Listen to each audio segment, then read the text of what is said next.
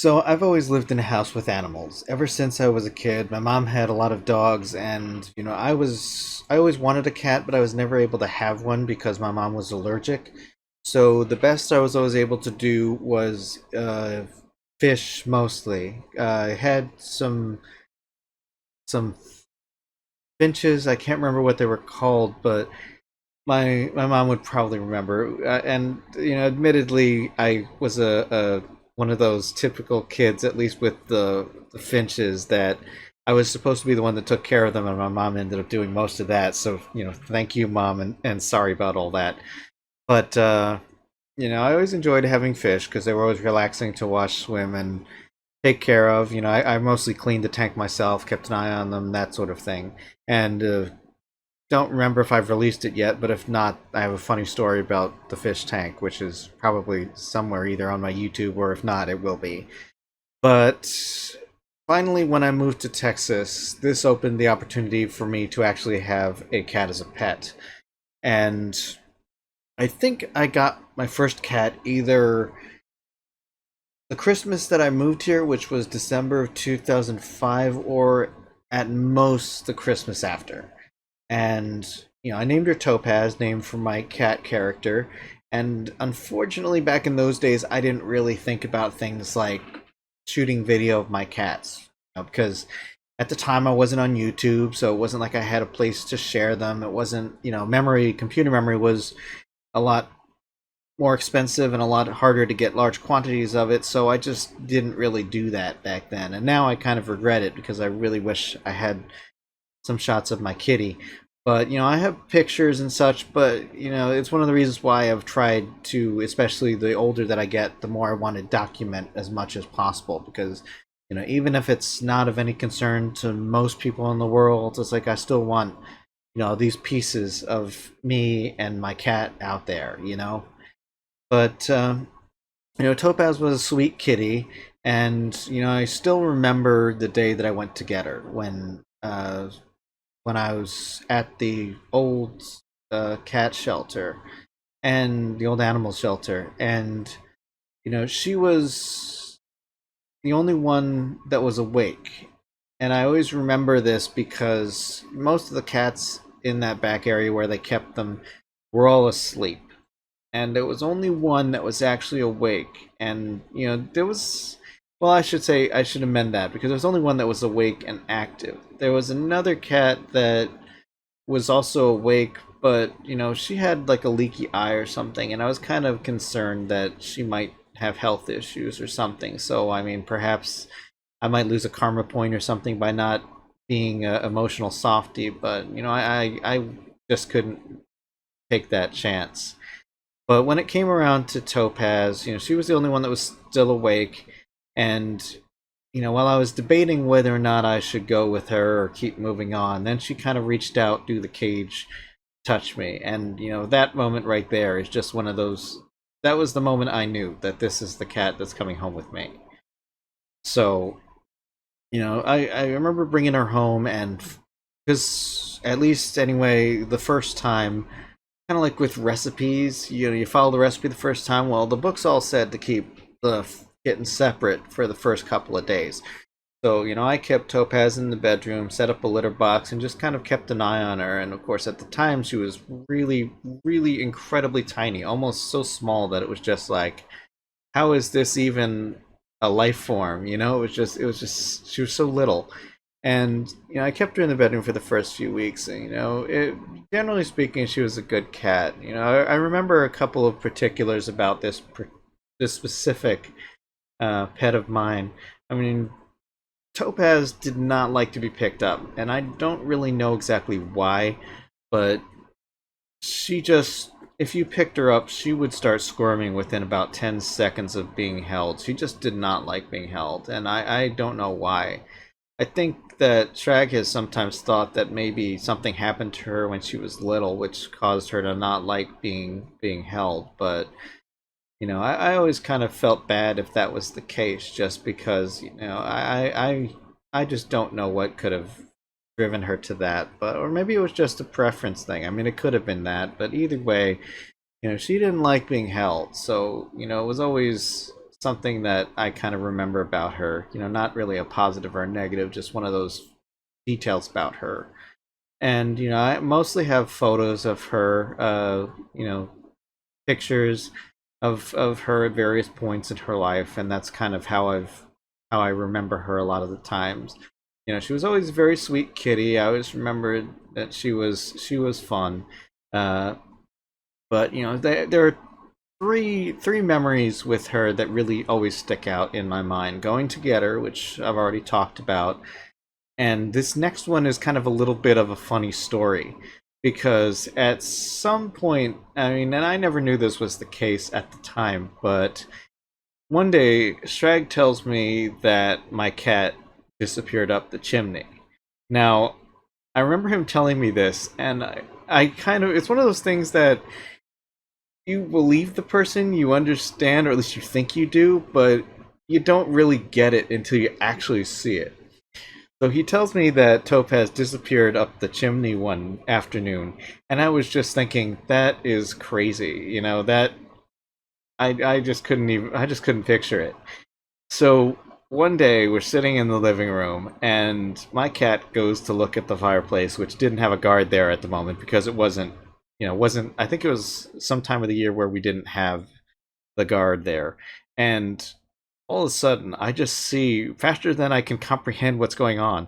My cat just climbs up, grabs onto something. Apparently, there's like a little shelf there where she could sit, and she just disappears up the chimney. And it blew my mind. I just couldn't form thoughts for a little while after seeing that. It was just like wow. And then I just looked at Shrag and I just said, I I cannot believe that that just happened. And it was funny because she would do that every now and then when the fireplace was open. You know, she would just only cat I've ever seen do that would just go into the fireplace and just disappear up the chimney like Santa going back up to the sleigh or something. You know, and the only other memory that I have of Topaz that I really keep close to my heart is I remember when she entered my life and I remember when she left it. And I remember that I mean it was one of those cases where I didn't know that anything was wrong. I mean, I don't know if it was I mean, there were no obvious signs or if there were it wasn't something that I picked up on.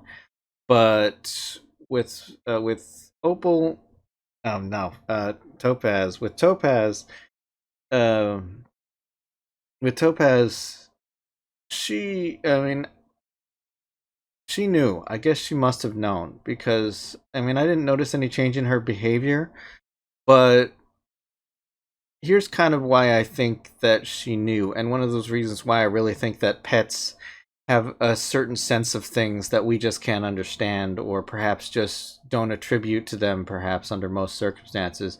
But it's like at the end, most evenings, I kick my cat out. You know, I focus on what I'm doing, or at least I try to. And with Topaz, it was usually that kind of pattern. Like most nights at 9 o'clock, I would send her out into the rest of the house, and I would do whatever it was I was going to do. And this particular night, and she must have known, and this is one of those reasons why it's like I'm really kind of impressed at the innate intelligence of animals. Is Topaz knew my patterns. She knew what I usually do, and this is one of those things that really just kind of makes me think in some regard that animals they just have a lot more connection to us than perhaps we realize. She knew that if I had seen her that I probably would have shooed her out just thinking it was just another night. Somehow, and I'm not sure how she did this, it's like she must have found a place to hide in the bedroom and stayed there until I fell asleep later that night. Because when I woke up the next morning, and it was very strange because I mean my cat was never in the bedroom when I fell asleep. But I woke up and she was on my chest and I just kind of held her and she was there for hours and she didn't move. And I mean not like move. She was still okay then, or at least she was still with us, but she wasn't squirming like she usually did. I mean, it was only one other morning I can remember where she slept in my arms and didn't go anywhere. And it's like I didn't want to move because I knew she was gonna run off. And that morning, eventually, I just had to shift position, and Kitty, as expected, went somewhere else to do something. But I mean, this night she just stayed with me, and she was in my arms the whole night. And then later that evening, she ended up passing on. And I always kind of think it was, a special gift that I will never forget, that she spent her last night on Earth in my arms. And it's something that really meant a lot to me and still does. And, it was hard. And after a few months, I decided that I was ready to get a new kitty.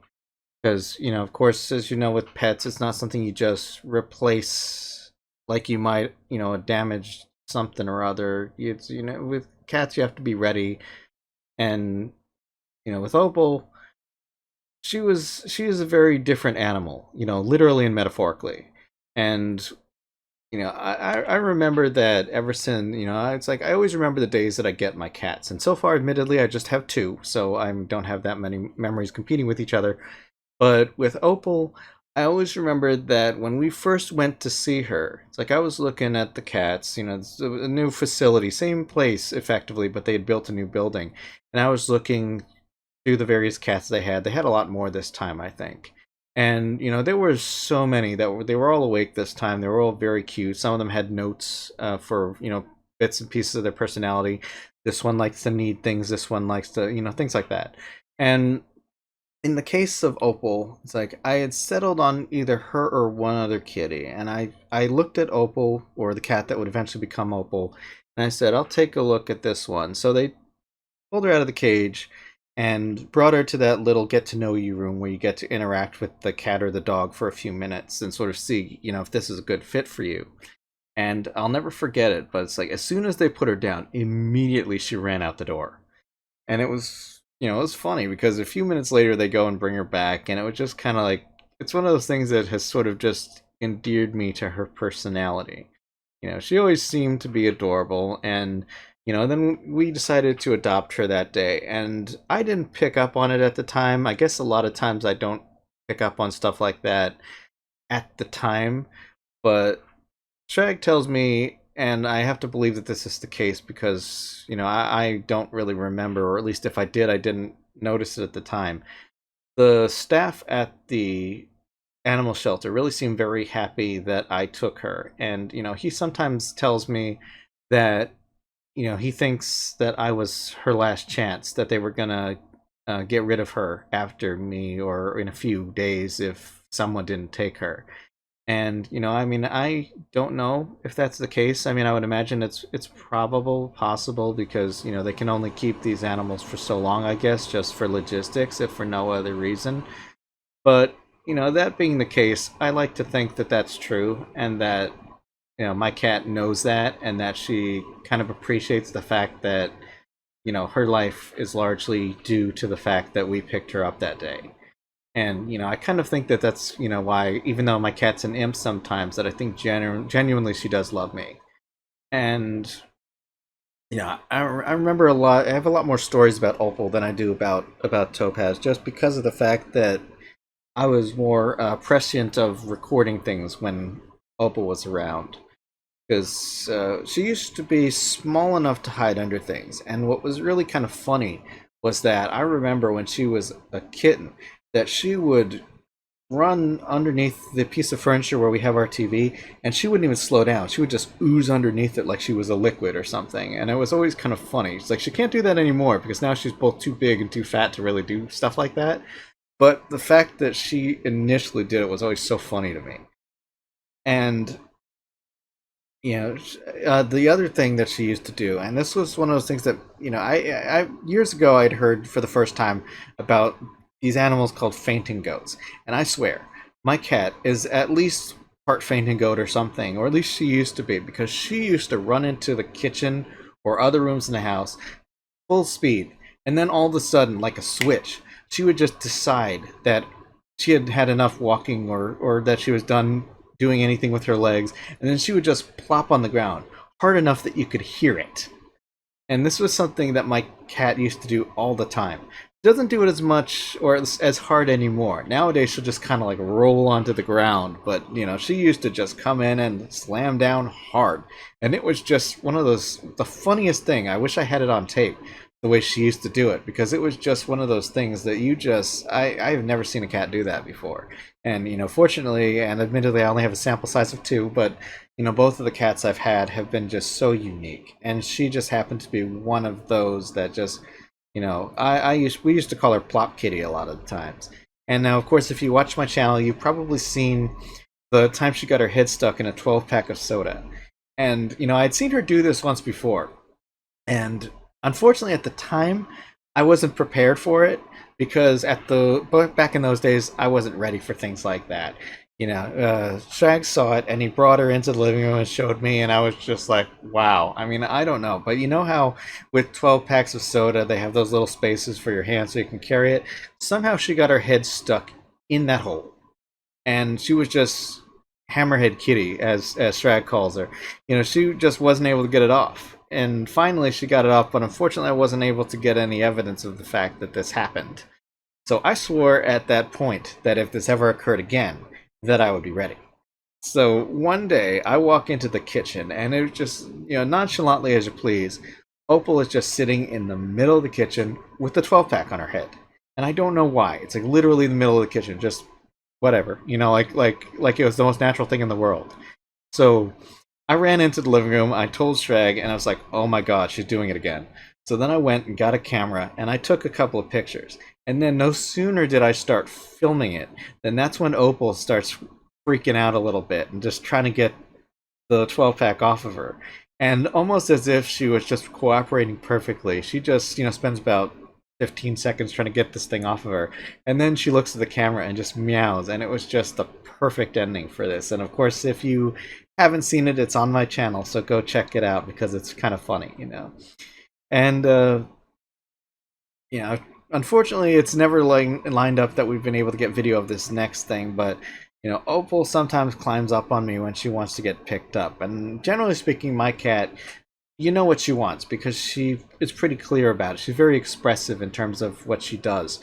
One of the things that she will do sometimes is she'll just put her front paws up on my leg. And it's just, it's pretty obvious that at this point, it's like she wants me to pick her up.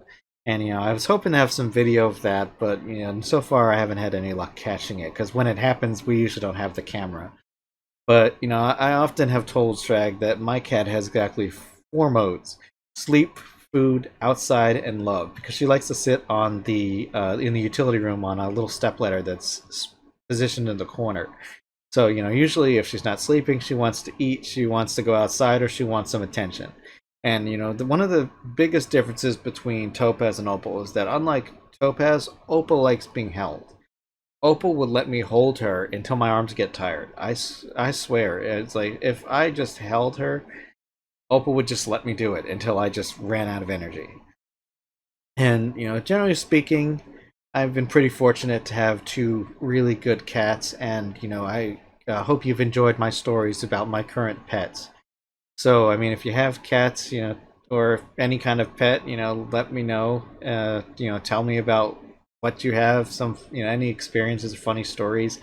And, hopefully Opal will be with me for many years now, because, I definitely am not ready to let this one go. So, but that's a little bit more insight into, pets and how my pet life has been. So, fortunately, I've been lucky. I've got some really good cats, and Opal is a great one to play around with, and I hope she listens to me and sticks around for a long time. Catch you later. Thanks for watching, and if you liked it, click the subscribe button and leave a comment below. You can also find me on Twitter and a few other places on the web, or support me via Patreon or Ko-fi. Zebra hugs!